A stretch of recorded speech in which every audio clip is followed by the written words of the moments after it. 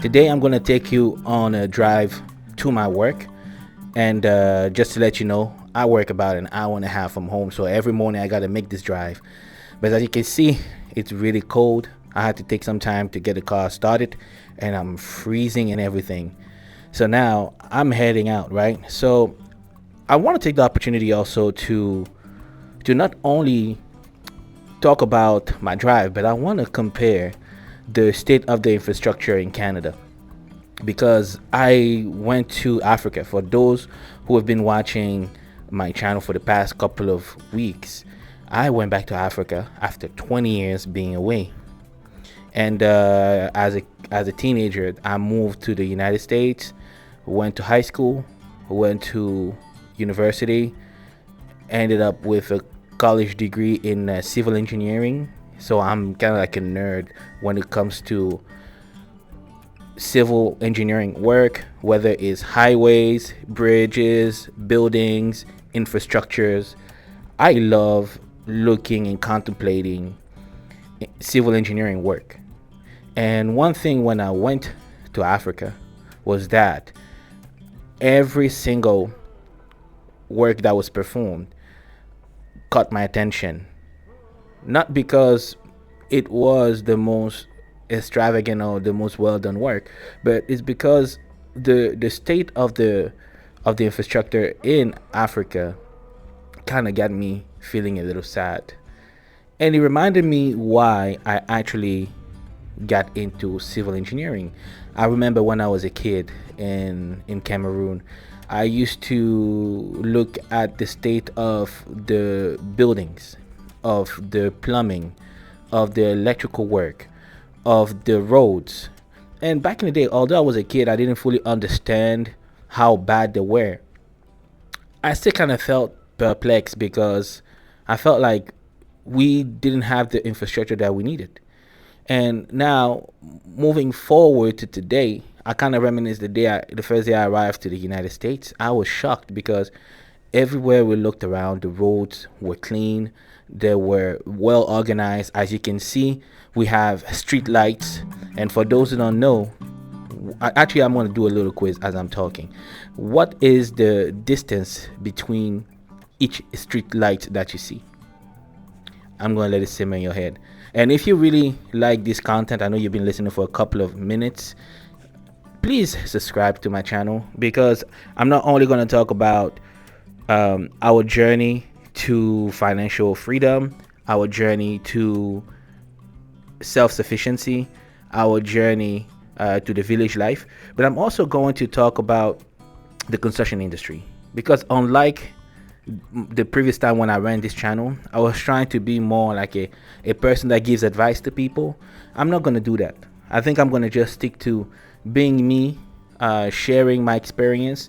And eventually, if there are young men and young women that are interested in working in the construction industry and that would like to get more understanding, not knowledge, more understanding of what it takes to either have a successful career in this industry or to prepare themselves and put themselves in a position where they can contribute in the development of Africa and also their own development. So anything construction, anything infrastructure, because I believe that it is us Africans of this generation, whether it is Gen Zs, millennials, and Gen Xs, that will have to use their knowledge, but their real practical knowledge to contribute to the development of our continent. Anyway, back to the drive. So this is my morning drive. Every morning I take this road and I really enjoy this road now since I came back to Africa because I'm looking at how much effort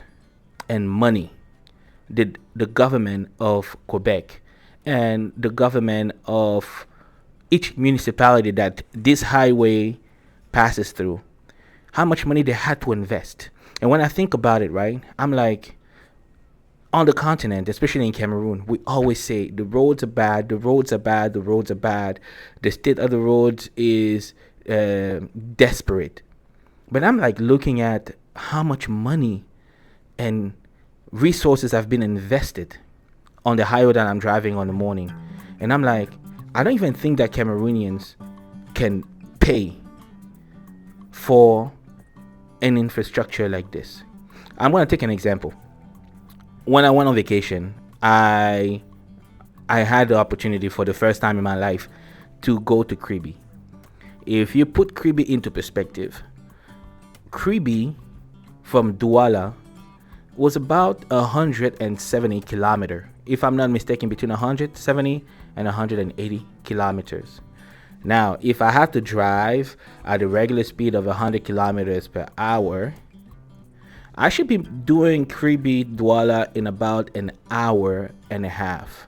If give and take there's traffic to get out of Douala, maybe an hour and 45 minutes.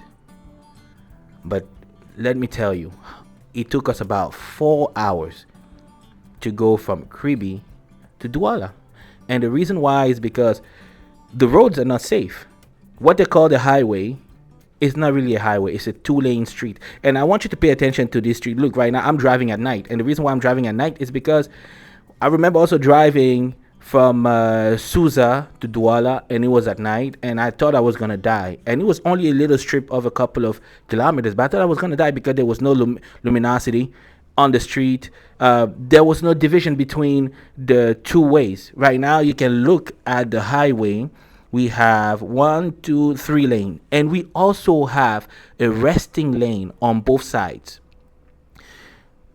The two sides, like right now, I'm about to drive on a bridge that I actually was part of. This is called the Champlain Bridge, $4.2 billion invested by the government of Canada and private firms. So it was a PPP partnership. On the day, I think I'm gonna make another video about my drive back during the day. And this is one of my favorite projects in Canada because this is my biggest and my most favorite project. But the reason why I love infrastructure project is because I want to get the knowledge on how to get it done. Most of the time, it's international companies that move into a country to bring their knowledge into the industry to be able to perform this kind of work. Usually, it's the French, the Spanish, or the Americans, or the Asians, the Chinese, and the Koreans. But coming back to Cameroon, right? I was looking at the road. There was no division. Like if you look on the left side where the traffic lights are located, we have a separation. That's for the safety of the drivers.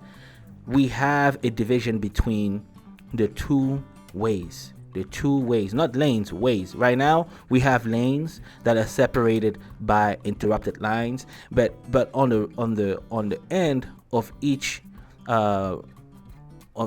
lane, we have a solid line that separate the main road from the service lane. Those things are very important. Like those lines, those white line on the ground or those yellow line on the side are extremely important for the safety of the worker, because at night, just like now, if I have my flashlight on and I don't have a good visibility, those lights and those marking on the ground will reflect the path, and I will follow the path. But in Cameroon, there was none of that. There was no division between the two ways. Right now, like I cannot drive on the other side to bypass a car or a truck. But I remember when I was driving between Kribi and Douala, man, I thought I was gonna die. I thought this is it. This is our life is over, because the bus driver was bypassing trucks. Like what the heck? And it's funny because like in some instance they will be driving super fast, and then they will slow down abruptly to avoid some potholes, because the reality is that in what they call the highway is a 2-lane street. One lane goes one way, the other lane goes the other way, and there is no separation. There are no measure for safety for the end user and for the passenger. And so many times I really thought that either this bus was going to find itself in a hole, because as we drive, we look on the left, we look on the right, we have pitched, we have holes, we have, if we just miss the road, we end up like 10 feet below the road level. But here I am driving in the middle of the night, and I'm contemplating the highways, and I'm thinking about all the money, all the resources that are invested by the government. And I'm thinking about, where do the government get the money in Canada? Most of the money that the government gets, they get it from taxpayers. And the amount of money that this government takes away from taxpayer in Canada is ridiculous, right? So if you think about the population of 35 million people, and out of those 35 million people, everybody contribute a big chunk of their salary or their income, especially the middle class. Like if you are in the middle class, you're going to pay so much money in taxes. So yeah, like they don't just grab the money from foreign help. They don't grab the money from um, other. I mean, sometimes they might have some project where they have agreement between different, like the U.S. and Canada, and they might get some subsidies or some grants, but that's not to contribute to the development of their country. In their country, they're spending the taxes that they're collecting from their citizen, whether it is the federal tax or the provincial taxes. Not only the people are contributing, but also the businesses are contributing. So there's so much money that are invested in Canada into the government, and then the government takes it and put together a program to be able to build those roads. And you can see right now I'm driving in the middle of the night. Like I put my flashlight on. The aperture is a little lower, so now you can kind of look at the car more focused. But I go like that for a good 45 minutes. And as you can see right now, there are no street lights because I am basically in a rural area.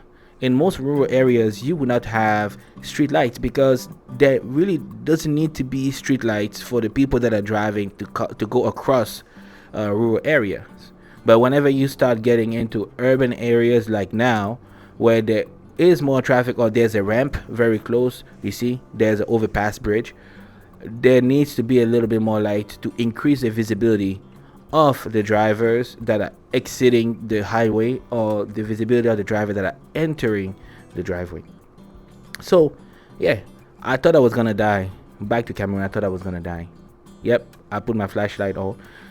Man, we were driving. I think that the speed limit in on the road from Kribi to Douala, I don't even think that I saw a speed limit sign. I don't think that I saw one. Whereas here in highway design, you have a whole department that focuses on signage, street light, markings, basically everything that has to do with the safety of the drivers. Because you have to think about it. Whenever we are driving, we're not driving only for ourselves. We are driving to also protect the other drivers. And if we don't design our infrastructure in a way that we have to protect the other driver, like you can see as this car passes me by, this is a 2 lane. Now we are in a 2 lane highway, right? Because we are in a less dense area. We are in a rural area. We have 2 lane with marking in the middle and the solid marking on the right side. And I don't call it a service lane, but it's a resting lane. And that resting lane must be there to ensure that whenever your car breaks down or you have an emergency or you want to pick up a phone call that is very important, you pull up on the side and put your flashlight on and talk on the phone or take care of your situation. Or if you have an emergency and the car breaks down, you can pull on the side and wait for a tow truck. So I'm almost near my arrival, but anyway, I'm going to work. I work in civil engineering. For those who don't know, I'm passionate by civil engineering. Yeah, it takes me about that time to get to work every day, and that's the kind of sacrifice that we here have to do in order to be able to provide for our family, but also to build ourselves up so that one day we have the opportunity to go back to the continent and contribute to the development of our continent before other people do that for us. If you like this kind of content, let me know and subscribe.